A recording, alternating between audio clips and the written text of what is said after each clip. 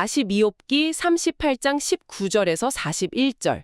환한 빛이 머무는 집으로 가는 길은 어디에 있으며 캄캄한 어둠이 사는 곳은 도대체 어디에 있냐? 네가 빛과 어둠을 그들의 원래 자리로 데려다 놓을 수 있느냐? 그들의 집으로 가는 길을 네가 제대로 알고 있느냐? 그래, 네가 아주 옛날에 태어났고 나이도 엄청나게 많으니 아마 잘 알고 있겠지? 네가 하얀 눈을 모아두는 창고에 들어가 보았느냐? 아니면 꽁꽁한 우박 창고를 본 적이 있느냐? 나는 힘든 환란의 때와 무서운 싸움 그리고 전쟁이 일어날 나를 위해서 그것들을 고이 간직해 두었단다. 환한 빛이 사방으로 퍼져나가는 길은 어디에 있으며 동쪽에서 불어오는 바람이 어떻게 땅 위로 흩어지는지 아느냐. 엄청나게 쏟아지는 소나기가 흘러갈 물길을 누가 터주었으며 우르릉 쾅쾅 천둥과 번개가 지나갈 길을 누가 내주었느냐. 그래서 사람들이 살지 않는 텅 빈 땅과 아무도 없는 거친 들판에 비를 흠뻑 내려주었고 바싹 메마른 황무지를 촉촉하게 적셔서 파릇파릇한 풀의 새싹이 예쁘게 돋아나게 한 자가 누구냐. 비에게 아버지가 따로 있느냐. 아침마다 맺히는 이슬방울은 도대체 누가 낳았느냐. 꽁꽁한 얼음은 누구의 뱃속에서 나왔으며 하늘에서 내리는 하얀 서리는 누가 낳은 것이냐. 물이 마치 단단한 돌처럼 꽁꽁 굳어지고 깊고 넓은 바다의 윗부분까지 꽝꽝 얼어붙게 만드는데 말이야. 네가 하늘에 있는 묘성의 별들을 한데 묶어줄 수 있느냐. 아니면 오리온 자리에 튼튼한 허리띠를 스르르 풀 수 있겠느냐. 네가 계절이 바뀔 때마다 예쁜 별자리들을 제때 이끌어낼 수 있으며 북두칠성과 그 주변의 별들을 이끌고 갈 수 있겠느냐. 네가 저 높은 하늘이 움직이는 법칙을 아느냐. 또 그 하늘의 규칙을 이 땅에도 똑같이 세울 수 있겠느냐. 네가 저 높은 구름을 향해 큰 소리로 외쳐서 시원한 빗물로 너를 흠뻑 적시게 만들 수 있느냐. 네가 번개를 번쩍하고 보내면서 번개가 네게 네, 저희가 여기 있습니다 하고 대답하게 만들 수 있느냐. 사람의 가슴속 깊은 곳에 지혜를 쏙 심어둔 이가 누구며 사람의 마음속에 똑똑한 명철을 준 이가 도대체 누구냐. 누가 그 큰 지혜로 하늘의 구름 개수를 다 셀 수 있겠느냐. 가뭄이 들었을 때 누가 하늘의 커다란 물주머니를 확 기울여 비를 쏟아내서 풀풀 날리던 흙먼지를 부드러운 진흙덩어리로 만들고 마른 흙덩어리들이 서로 찰싹 달라붙게 만들 수 있겠느냐. 네가 배고픈 암사자를 위해서 직접 먹이를 사냥해 줄 수 있느냐. 아니면 굶주린 젊은 사자들의 배를 부르게 채워줄 수 있느냐. 사자들이 먹이를 기다리면서 자기 굴 속에 납작 엎드려 있거나 덤불 숲속에 조용히 숨어 있을 때 말이야. 까마귀 새끼들이 먹을 것이 없어서 이리저리 헤매며 하나님께 깍깍 부르짖을 때 도대체 누가 그 까마귀들을 위해 먹이를 챙겨주겠느냐. 자, 이제 한번 상상해 보세요, 여러분. 여러분이 인생에서 가장 억울하고 끔찍한 그런 폭풍우 한가운데 서 있는 거예요. 네, 완전히 캄캄하고 사방이 막힌 상황이겠죠. 맞아요. 가진 걸 다 잃고 몸도 아프고 도대체 나한테 왜 이러시냐고 막 하늘에 대고 소리치고 있는데 드디어 하나님이 입을 여셨단 말이에요. 와, 드디어요. 진짜 간절했을 텐데요. 그런데 위로나 상황 설명 대신에 네가 눈을 모아두는 창고에 가본 적이 있느냐? 막 이런 우주 스케일의 자연과학 퀴즈 같은 질문을 쏟아내시는 거예요. 진짜 당황스럽겠네요. 욥은 지금 내가 왜 이 고통을 받아야 하냐고 그 이유를 묻고 있잖아요. 그러니까요. 근데 하나님은 누가 이 모든 걸 움직이느냐고 주체에 대해서 말씀하시니까요. 어떻게 보면 솔직히 좀 동문서답 같다는 생각도 들거든요. 아, 그렇게 들릴 수 있죠. 그게 바로 이 장면이 가진 가장 당혹스러우면서도 심오한 부분이에요. 심오하다고요? 네. 이게 단순히 창조주가 막 자기 힘 자랑을 하시는 게 절대 아니거든요. 오히려 욥이 갇혀있던 그 절망의 감옥을 부수고 시야를 완전히 다른 차원으로 훅 끌어올리시는 과정인 거예요. 다른 차원으로요? 아니, 근데 당장 내 삶이 다 망가져서 너무 아픈데 저기 뭐 천둥번개가 치고 바다가 오는 게 대체 나랑 무슨 상관이냐 싶거든요. 아, 훌륭한 지적이에요. 제가 이해하기 쉽게 비유를 하나 들어볼게요.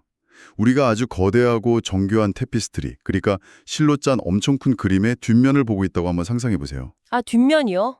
그럼 막 실들이 이리저리 엉켜 있어서 엉망진창이겠네요. 바로 그거예요.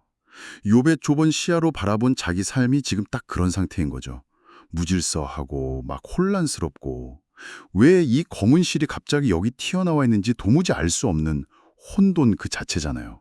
아하, 내가 선하게 살면 복을 받는다는 그 삶의 규칙이 산산조각 났다고 생각하는 거군요. 맞아요. 그런데 하나님은 욥의 멱살을 쥐고 흔드시는 게 아니라 그를 부드럽게 안고 테피스트리의 앞면, 즉 창조주의 완벽한 시점이 있는 곳으로 데려가시는 겁니다. 아, 뒷면에서는 엉망이었던 그 실들이 앞면에서는 거대하고 완벽한 그림을 이루고 있다는 걸 쫙 보여주시는 거네요. 네, 정확해요. 그래서 날씨 얘기 중에 진짜 놀라운 예시가 하나 나오는데 그 사람들이 살지 않는 텅 빈 땅과 거친 들판에 비를 흠뻑 내려주셨다고 하시잖아요. 네, 사람 없는 곳에 비를 내렸다는 부분이죠. 사실 인간 시야로는 사람도 없는 사막에 막 폭우가 쏟아지는 건 엄청난 낭비거든요. 우리는 늘 우리 입장에서만 생각하니까요. 그렇죠.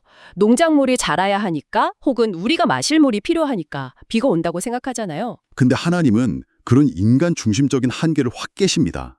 인간이 존재조차 모르고 칭찬도 안 해주는 그 황무지의 작은 새싹 하나까지도 창조주가 완벽한 지혜와 계획 속에서 다 돌보고 계신다는 걸 보여주시는 거죠. 와, 듣고 보니까 그 대목이 완전히 새롭게 다가오네요. 약간 이런 거예요. 요봐, 네 눈에는 세상이 미쳐 돌아가는 것 같겠지만 네가 모르는 세계, 심지어 사람이 살지 않는 저 거친 들판에서도 나의 지혜는 완벽하게 작동하고 있단다. 와, 카오스 속에서 질서를 증명하시는 엄청난 위로의 메시지네요. 네, 내 삶이 통제 불능이 아니라 그 엄청나게 압도적인 지혜를 가진 분의 손안에 있다는 걸 깨달을 때 진짜 거대한 안도감을 느낄 수 있거든요. 정말 그렇겠어요. 그렇게 기상현상으로 시야를 확 넓히신 하나님이 이제는 지구 밖 더 먼 우주 공간으로 시선을 던지시더라고요. 네, 밤하늘의 별자리들이 등장하죠. 네, 묘성이나 오리온, 북두칠성 같은 별자리들이요. 우리 어린이들이랑 부모님들이 밤하늘 보면서 상상하기 참 좋은 대목인데 한편으로는 이런 생각도 들어요.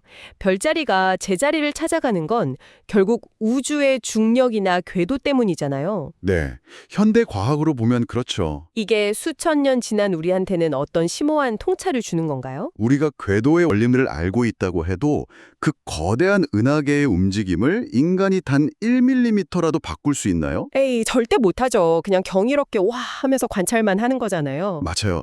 여기서 우리가 이 구절을 제대로 이해하려면 반드시 짚고 넘어가야 할 아주 중요한 히브리어 단어가 하나 나옵니다. 히브리어 단어요? 뭔가요? 하나님께서 너가 저 높은 하늘이 움직이는 법칙을 아느냐 하고 물으실 때 사용된 단어, 그게 바로 후카입니다. 후카요? 어감이 입에 착 감기는데요. 일반적인 법이나 규칙이랑 다른 건가요? 완전히 다릅니다. 이 후카는 인간 세상에서 막 이리저리 변하는 법이나 깨질 수 있는 약속 같은 게 아니에요. 그럼요. 우주를 지탱하는 절대로 변하지 않고 단 한 번의 예외도 없이 일정하게 지켜지는 하나님의 완벽한 우주적 규칙을 뜻합니다. 와, 스케일이 진짜 다르네요. 단 한 번의 예외도 없다고요? 네, 수만 년 동안 별들이 궤도를 이탈하지 않고 제자리를 뱅뱅 돌고 얼어붙은 겨울이 지나면 무조건 생명의 봄이 오는 이 압도적인 질서 전체가 바로 후카인 거죠. 아, 욥의 삶의 후카를 꺼내신 이유가 이제 명확하게 퍼즐이 맞춰지네요. 어떻게 맞춰지나요? 욥은 지금 자기 인생이 완전 무법천지라고 느끼잖아요. 모든 게 무너져 내렸다고요. 그런데 하나님은 이 별자리들의 후카를 가리키면서 네 눈엔 다 무너진 것 같아도 온 우주는 여전히 나의 변함없는 법칙, 즉 후카에 의해서 오차없이 돌아가고 있다고 선언하시는 거군요. 와, 정확한 통찰입니다. 욥이 겪는 붕괴 한복판에 영원히 변하지 않는 우주의 닻을 딱 내려주신 거예요. 듣고 계신 부모님들도 비슷하게 느끼실 때가 있을 것 같아요. 맞아요. 직장에서 큰 위기를 맞거나 막 건강이 안 좋아지거나 특히 아무리 노력해도 뜻대로 안 되는 육아의 막막함 속에서 내 삶이 통째로 흔들릴 때가 있잖아요. 네, 진짜 다 끝난 것 같고 내 편은 세상에 아무도 없는 것 같을 때요. 그럴 때 하나님이 밤하늘의 변함없는 궤도인 후카를 쫙 가리키시는 겁니다. 내가 이렇게 정교하게 우주의 질서를 빈틈없이 유지하고 있으니까 혼돈처럼 보이는 내 삶도 절대로 내 통제 밖으로 벗어나지 않았어 하고 다독여리시는 거죠. 은하계를 지배하는 후카가 이렇게 따뜻한 의미였다니 정말 감동적입니다. 근데 여러분, 여기서 성경의 흐름이 완전히 예상을 깨고 확 꺾여버립니다. 네, 시선이 갑자기 훅 떨어지죠. 맞아요. 방금 전까지 오리온 자리니 북두칠성이니 하면서 그 차가운 우주 법칙을 말씀하시다가 창조주의 시선이 땅바닥, 그것도 덤불숲 속으로 꽂힙니다. 굶주린 사자와 깎아구는 조그만 까마귀 새끼한테로 말이죠. 아니 잠시만요. 우주를 다스리시는 분이 도대체 왜 고작 까마귀 새끼 밥그릇에 신경을 쓰시는 거죠? 고대 이스라엘에서 까마귀는 되게 안 좋은 새 아니었나요? 그 질문이야말로 이 이야기에서 성경이 보여주는 창조주의 경이로움의 정점을 찌르는 핵심입니다. 아, 진짜요? 네, 고대 근동에서 까마귀는 버려진 시체를 파먹는 진짜 불길하고 부정한 짐승이었어요. 게다가 어미가 새끼를 잘 돌보지 않는다는 인식도 있었고요. 그럼 사람들에게 가장 가치 없고 외면받는 존재였겠네요. 맞습니다. 그래서 먹이 없이 헤매며 깍깍 부르짖는 까마귀 새끼는 세상에서 철저하게 버려지고 잊혀진 가장 작고 비참한 약자를 상징해요. 와, 머리를 한 대 3개 맞은 기분이에요. 하나님이 단순히 나는 이렇게 힘이 세다, 이걸 보여주려는 게 아니었군요. 전혀 아니죠. 그 어마어마한 우주적 힘이 세상에서 가장 보잘것없는 까마귀 새끼의 배고픔 앞에서는 한없이 다정하고 섬세한 돌봄으로 바뀐다는 뜻이잖아요. 바로 그겁니다. 인간 세상에서는 힘이 강해지고 높아질수록 오히려 작은 것들을 무시하는 경향이 있잖아요. 네, 보통 내가 얼마나 바쁜데 그런 사소한 것까지 신경 쓰냐고 하죠. 하지만 하나님의 스케일은 그런 차원이 아니에요.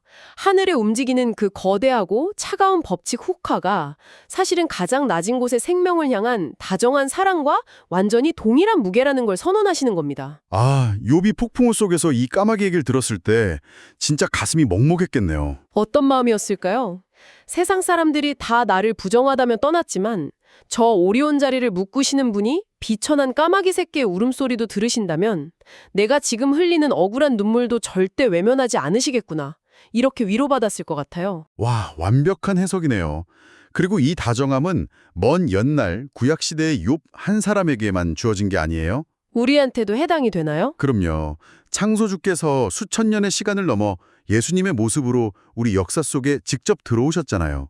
마태복음에 보면 예수님이 산에서 욥기랑 완벽하게 똑같은 맥락의 말씀을 하십니다. 아, 공중의 새를 보아라 그 말씀이요? 네, 심지도 않고 거두지도 않지만 하늘아버지께서 다 기르신다. 하물며 너희일까 보냐. 너희는 이 새들보다 훨씬 더 귀하지 않느냐 하고 직접 말씀해 주셨죠. 아, 산상수훈이 여기서 이렇게 욥기랑 거울처럼 마주보는 거군요. 폭풍우 속의 그 거대한 창조주가 흙먼지 묻은 발로 우리 삶에 직접 걸어들어 오신 거네요. 맞습니다. 오리온 자리를 다스리시는 분이 이제는 우리를 안아주시고 까마귀 새끼 밥을 챙겨주시는 분이 우리 매일매일의 필요를 채워주시는 거예요. 이 사실이 오늘날 우리 아이들과 부모님들에게도 너무나 단단한 인생의 닻이 되어주는 거죠. 와, 진짜 압도적이면서도 벅찬 위로입니다. 우주적 스케일의 지혜와 가장 작은 것을 향한 섬세한 사랑. 여기서 비로소 깊은 숨이 쉬어지네요. 네, 저도 그렇습니다. 그럼 여러분, 이 깊은 이야기를 당장 오늘을 살아가는 우리 일상에 어떻게 적용해 볼 수 있을까요? 사실 현실로 돌아오면 우리 아이들에게 일상은 가끔 혼돈 그 자체잖아요. 네, 매일매일이 사건 사고죠. 친구랑 다투거나 내 맘대로 안 돼서 발 동동 구를 때도 많고요. 부모님들은 말할 것도 없이 막 치열한 일상 속에서 지쳐 쓰러질 때 도대체 하나님은 왜 나한테 이러시나 원망이 턱 밑까지 차오르기도 하거든요. 이럴 때 당장 우리는 어떻게 반응해야 할까요? 우리가 마치 거친 들판 한가운데 굶주린 까마귀 새끼처럼 덩그러니 남겨졌다고 느낄 때 제일 먼저 해야 할 행동이 있습니다. 그게 뭔가요? 바로 내 삶의 모든 상황을 내가 완벽하게 통제하고 이해해야만 한다는 그 오만한 압박감을 싹 내려놓는 겁니다. 아, 내 맘대로 안 풀린다고 내 삶이 무너진 게 아니라는 거네요? 그렇죠. 대신 밤하늘의 별을 제자리에 두시고 까마귀 새끼를 먹이시는 그분의 완벽한 질서인 후카, 그리고 다정한 성품을 온전히 신뢰하는 훈련을 시작해야 합니다. 불평과 원망 대신 신뢰를 선택하는 거군요. 나는 지금 이 폭풍우의 이유를 다 모르지만 앞면에서 가장 아름다운 그림을 완성하고 계신 하나님을 믿겠습니다. 하는 태도요. 맞습니다. 아이들이 마음대로 안 돼서 울 때 부모님이 꽉 안아주시면서 네가 지금은 몰라도 엄마 아빠가 널 제일 좋은 길로 도와줄 거야 하시잖아요. 하나님 역시 똑같은 신뢰를 우리에게 요구하시는 겁니다. 네, 정말 마음에 콕 박히네요. 상황이 다 이해 안 되더라도 함부로 절망하지 맙시다. 까마귀의 그 깍깍 소리도 다 들으시는 분이 우리 한숨을 모르시겠어요? 아무도 보지 않는 새싹을 틔우시는 분이니까 우리 삶에도 반드시 은혜의 단비를 주실 걸 굳게 믿고 매일 주어지는 작은 것들에 씩씩하게 감사해야 합니다. 네, 오늘 우리가 발견한 건 도무지 이해할 수 없는 고통 속에서도 우리를 절대 포기하지 않으시는 우주적 질서와 다정한 사랑이었습니다. 네, 참 든든한 사랑이죠. 오늘 저녁 밤하늘 별을 보시거나 아침에 작은 새를 보실 때마다 그분께서 여러분을 눈동자처럼 지키고 계신다는 걸 꼭 기억해 주셨으면 좋겠어요. 자, 이 깊은 탐험을 마치며 묻고 싶습니다. 여러분은 오늘 무엇을 결심했나요? 사랑이 많으신 하나님 아버지, 빛과 어둠, 눈과 비, 그리고 작은 동물들까지 모두 다스리시고 먹이셔 주셔서 참 감사합니다. 오늘 말씀을 통해 하나님이 얼마나 섬세하고 따뜻하게 온 세상을 보살피시는지 배웠어요. 까마귀 새끼까지 잊지 않으시는 하나님께서 저의 매일매일의 삶도 가장 좋은 것으로 가득 채워주실 줄로 굳게 믿어요. 가끔 제 마음대로 되지 않아서 속상할 때도 저를 가장 사랑하시는 예수님을 기억하며 늘 감사하고 찬양하는 예쁜 어린이가 되게 해주세요. 언제나 저의 손을 꼭 잡아주시는 예수님의 이름으로 기도합니다. 아멘. 밤하늘에 반짝이는 별을 볼 때마다 널 사랑하시는 크고 멋진 하나님을 꼭 기억하렴. 할아버지의 다음 성경 이야기도 많이 기대해 주렴.